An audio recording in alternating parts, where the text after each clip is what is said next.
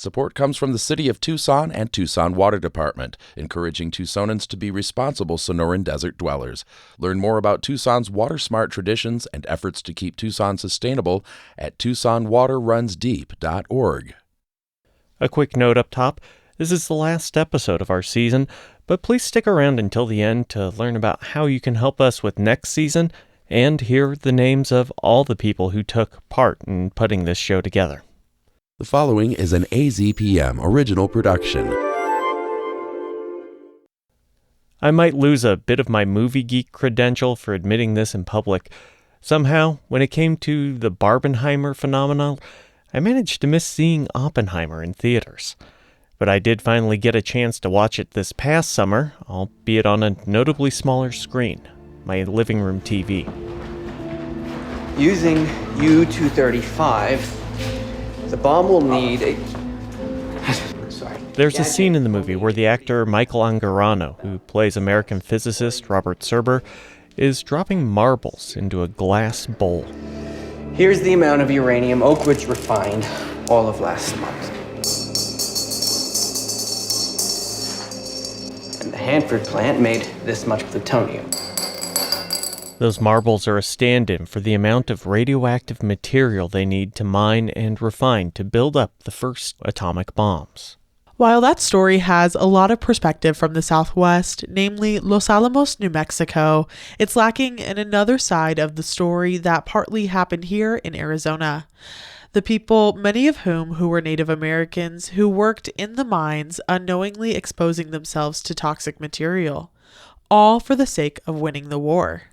At the end of the movie, Robert Oppenheimer, played by Cillian Murphy, is left confiding in Albert Einstein about the consequences of his research. Albert, when I came to you with those calculations, we thought we might start a chain reaction that would destroy the entire world. I remember it well. What happened? I believe we did. The film version of Oppenheimer then begins imagining growing nuclear arsenals and intercontinental ballistic missiles that lead to a world on fire and fade to black. But those were imagined harms that, fortunately, have not been realized. However, there are real-world consequences, not just in the places where atomic bombs have been set off or where nuclear reactors melted down, but in places much closer to home. This is Tap, a podcast about water. I'm Zach Ziegler. I'm Paola Rodriguez. And I'm Katia Mendoza. Native families across the Navajo Nation carry deeply rooted mistrust, not just towards mining companies, but also the federal government. So why did the companies get the profits when families got poisoned land and bodies?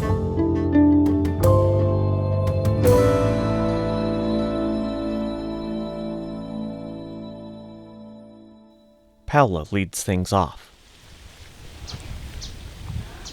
Monument Valley, straddling the Arizona-Utah border, is a breathtaking desert landscape where towering red sandstone buttes and spires rise from the open plains.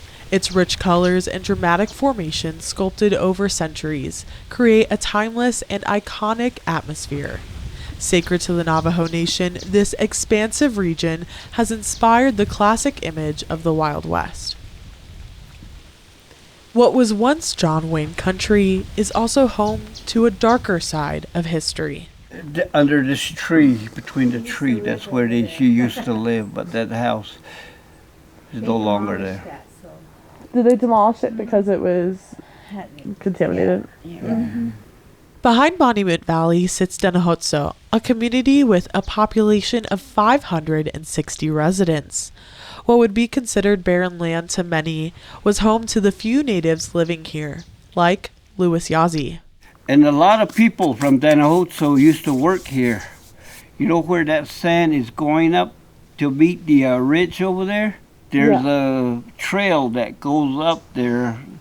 Some have little knots where you have to climb up with a wire rope. People work from there every day. They walk to work. And the trail was right here behind us, and they used to make their trail here. So those people are gone too, all those people that worked the mine here. The Yazzie family settled in the area before the 1940s and was led by his dad, Luke Yazzie Sr. The oldest of their 11 children, Luke, is named after his dad. He recalls what it was like growing up. Right up here where the mine used to be, and that's where we herd the sheep, that's where we've been, that's where we live. Their small 2-bedroom family home resides less than 2 miles away from what would eventually become known as Monument Number 2 Mine. In 1942, the elder Luke found a rock near his home in the valley. At the time, he believed it was gold. Unsuspecting to him, it was something more valuable: uranium.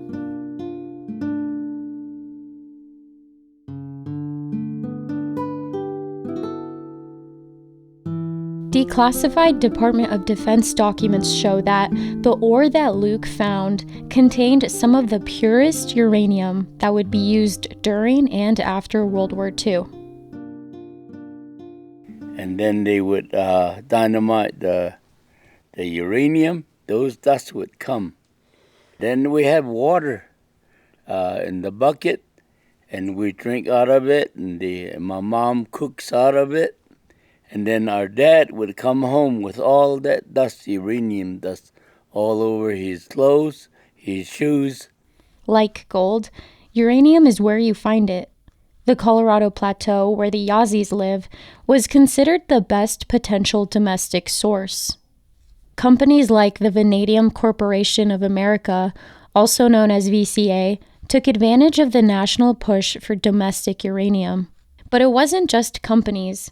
People like Elton Britt, a musician from that era, would try his hand at mining.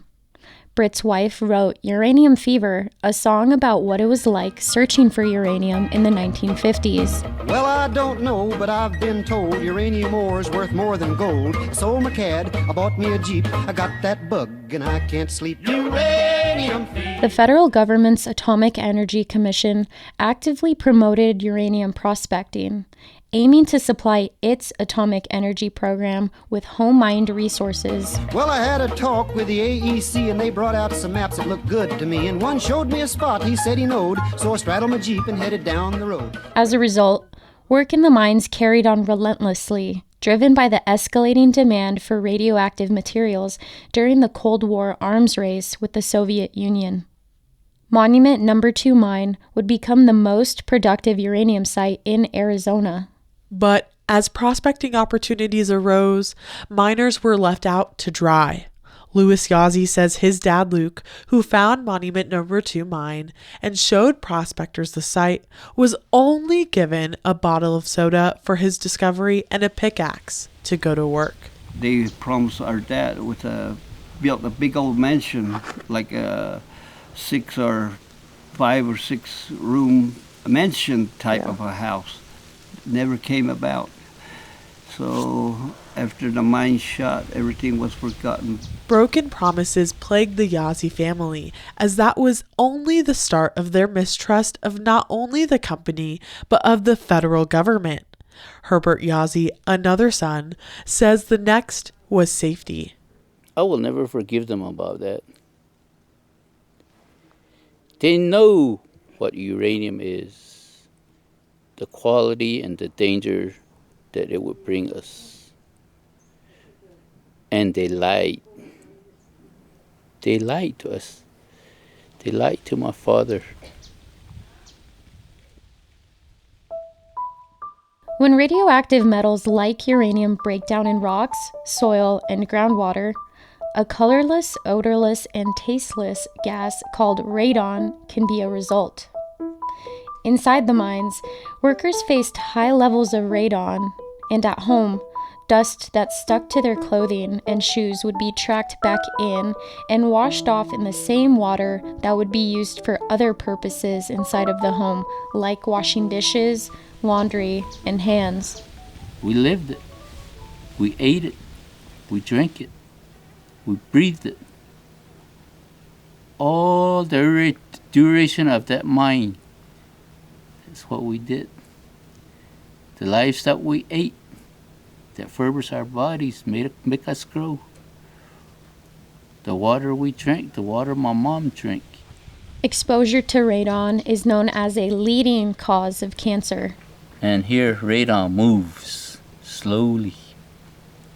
Same thing with cancer. It's got a mind of its own. You can't control it. You can't move it. No matter what you do, radon's going to move and grow. And if you disturb it, it gets mad. Mother Nature gets mad.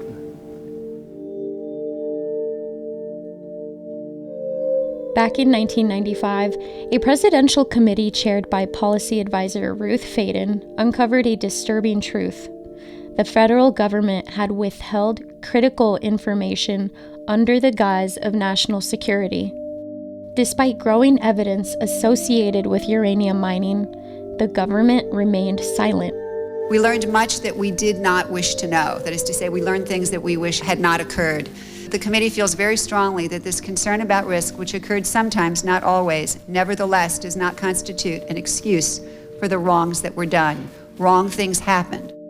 That committee found that, quote, as a consequence of exposure to radon and its daughter products in underground uranium mines, at least several hundred miners died of lung cancer, and surviving miners remain at elevated risk, end quote. The government neglected to mandate proper mine ventilation and failed to, quote, adequately warn the miners about the hazards they were exposed to, end quote.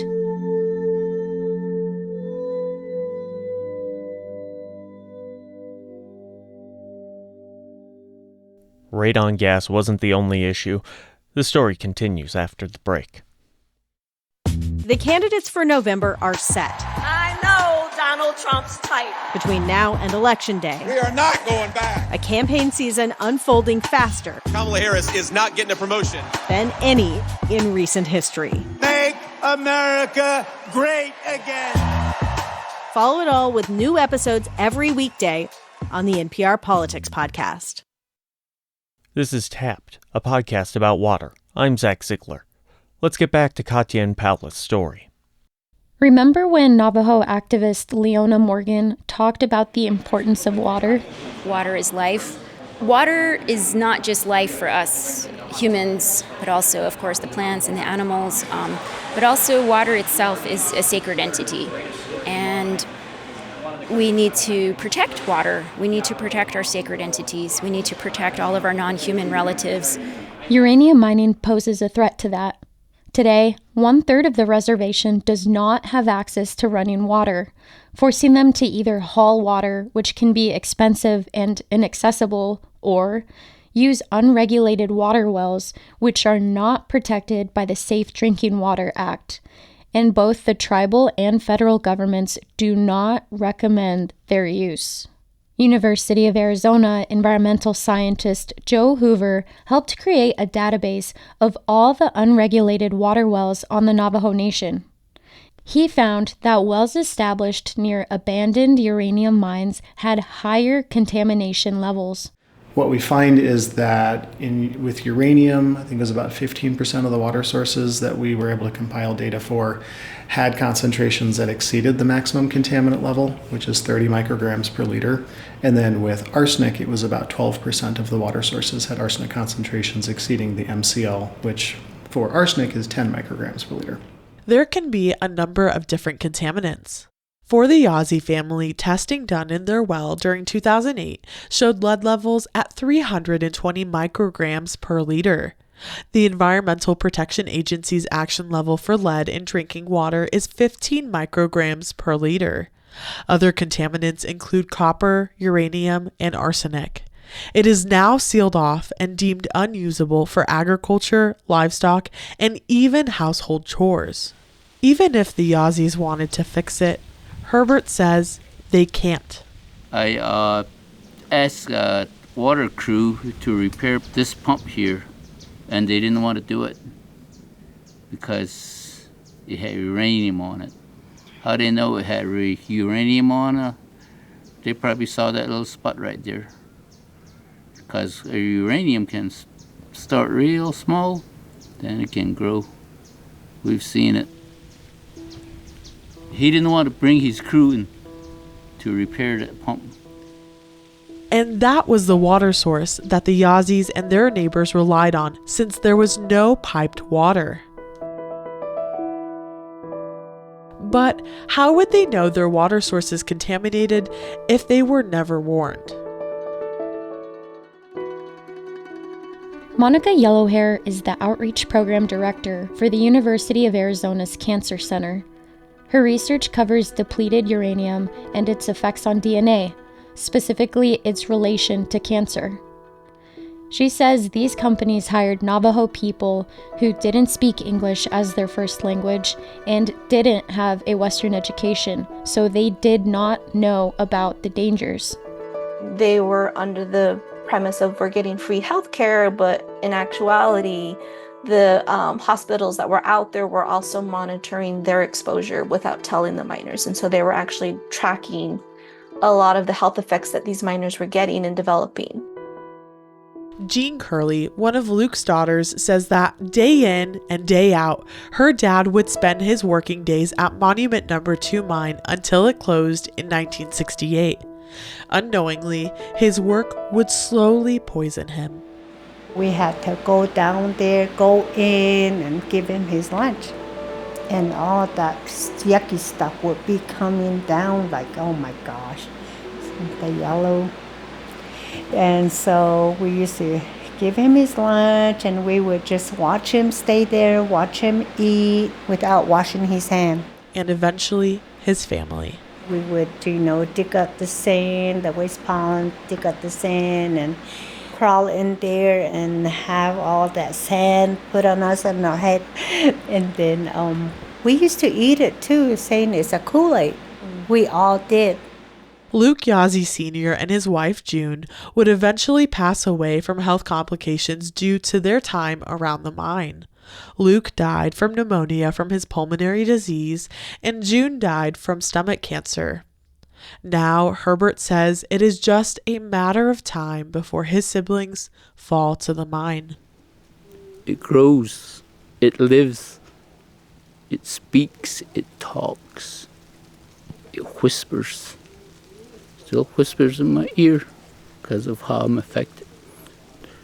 And they still haven't told me if I will ever be okay. I never will. Herbert has skin lesions that he says are due to the mine. Others, like Jean, have different illnesses. In 2018, she was diagnosed with stage 3 uterine cancer. She tried to lean on the federal government to help pay for her treatment, but after I had my cancer, I tried to apply, but they told me that's not the cancer that you'll get paid back for. It's just certain cancer that I guess they're looking for. Uranium mining victims in downwind communities affected by dust and radiation from explosions can qualify for federal compensation only if they have a certain primary cancer, says Navajo activist Phil Harrison. You got to have a positive chest x-ray. You got to have a failing lungs through a pulmonary function test.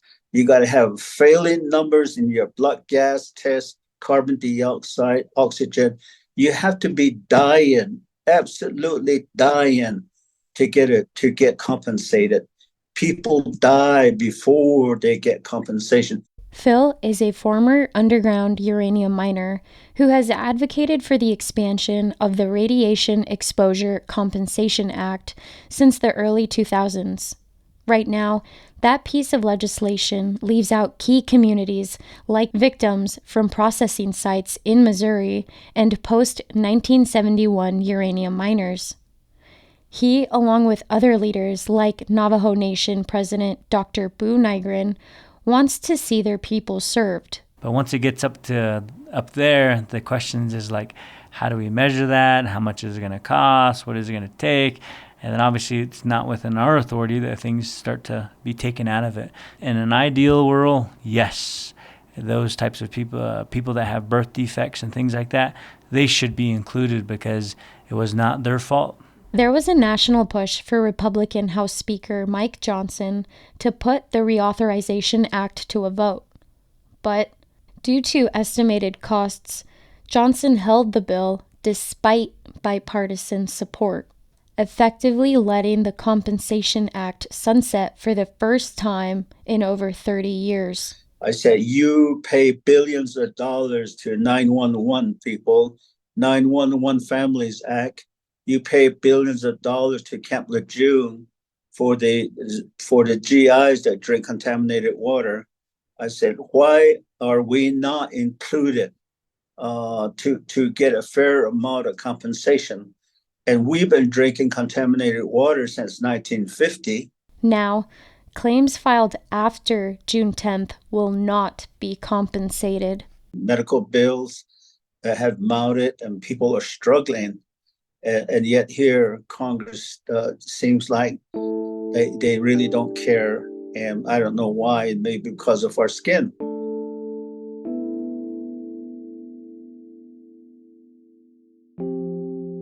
In Phil's eyes, it is negligence based on racism.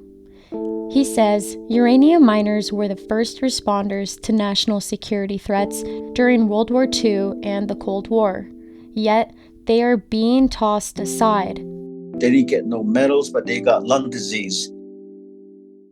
In Western society, the idea of the American dream is what seemingly is the goal. Navajos don't know what American dream is, and nobody got there. They were all denied harmony. They were all denied livelihood.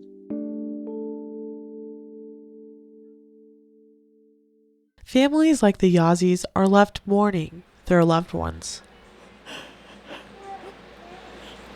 No, I miss my parents.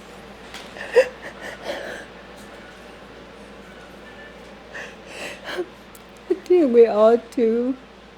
My brother, my sister, when we all get together and talk about it, what really happened, and we all don't know why, they didn't let us know that it was dangerous and it was that it would harm our health too, and it did to my mom, my dad. It's so hard to talk about it.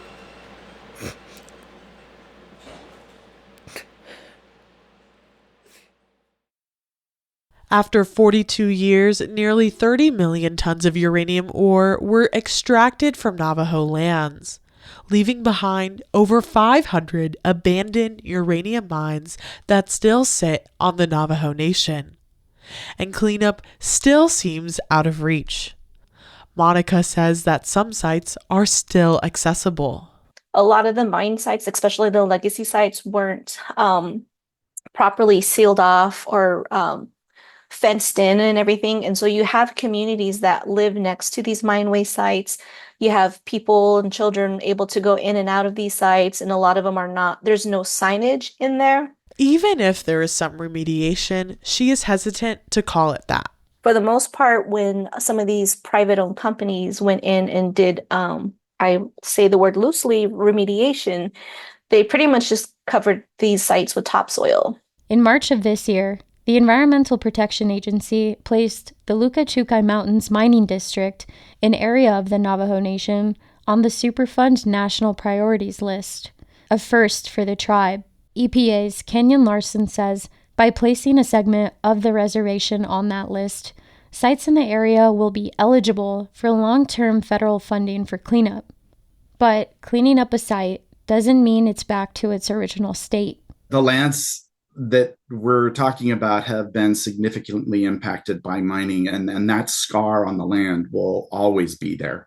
Where mining of this extent has occurred, it will take hundreds of years for the land and the earth to repair itself, but the scars will always be there.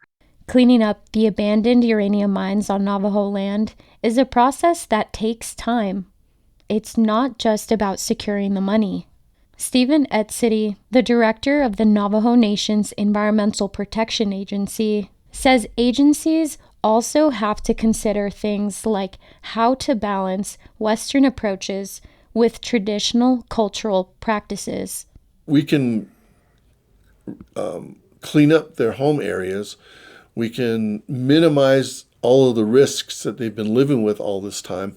But through the whole process, they've learned what they've been living with, and they ask the question daily, what's going to happen to me? And that's a tough question. The Navajo Nation has contributed significantly to national security through uranium production. But as Navajo Nation President Dr. Boo Nygren points out, the cost has been steep for the people living there today. In return, we're the ones that are stuck with all these abandoned mines and people still being affected, and even spouses and kids that are continue to be affected as we move forward every single day. NRECA, the Radiation Exposure Compensation Act, has fallen short of helping those people.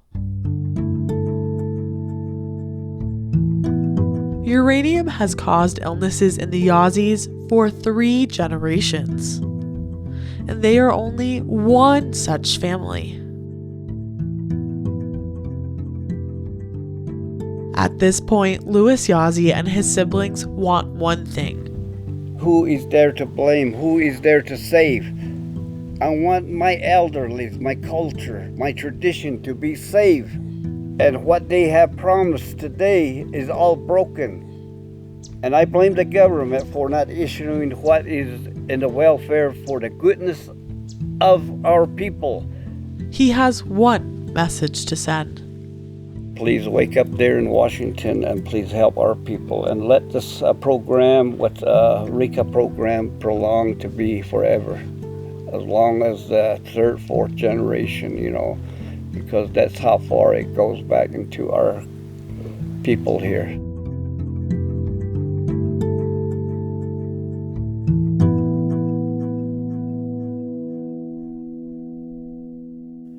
Monument Valley, a land of striking beauty, holds stories far more complex than the eye can see.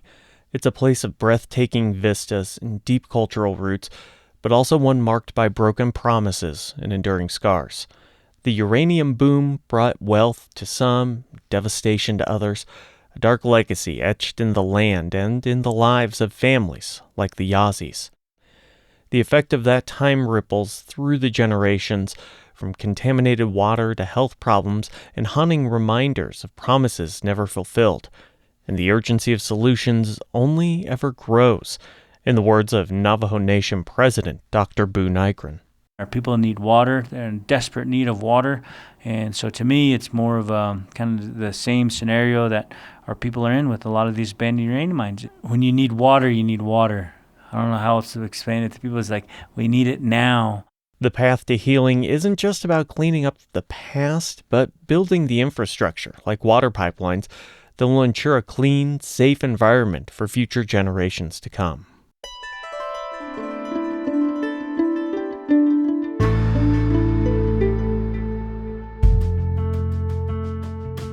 Thanks for joining us for this season of Tapped.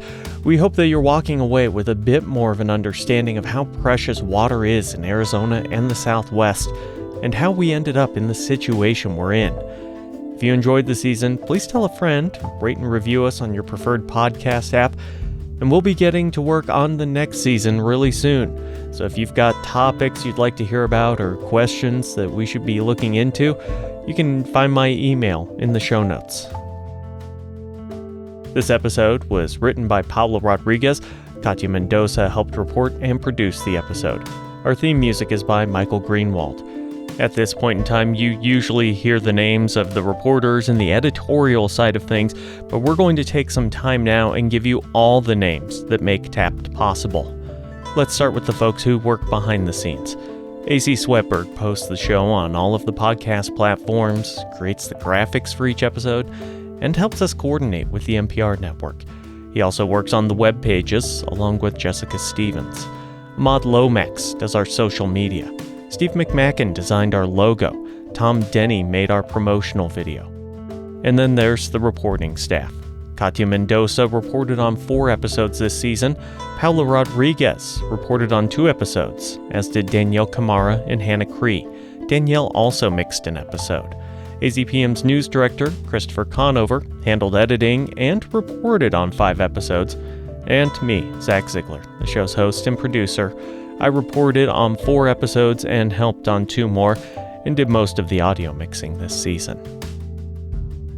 Visit our website in the podcast section of azpm.org for pictures, links, and more. And I mean this when I say it. Thanks for listening.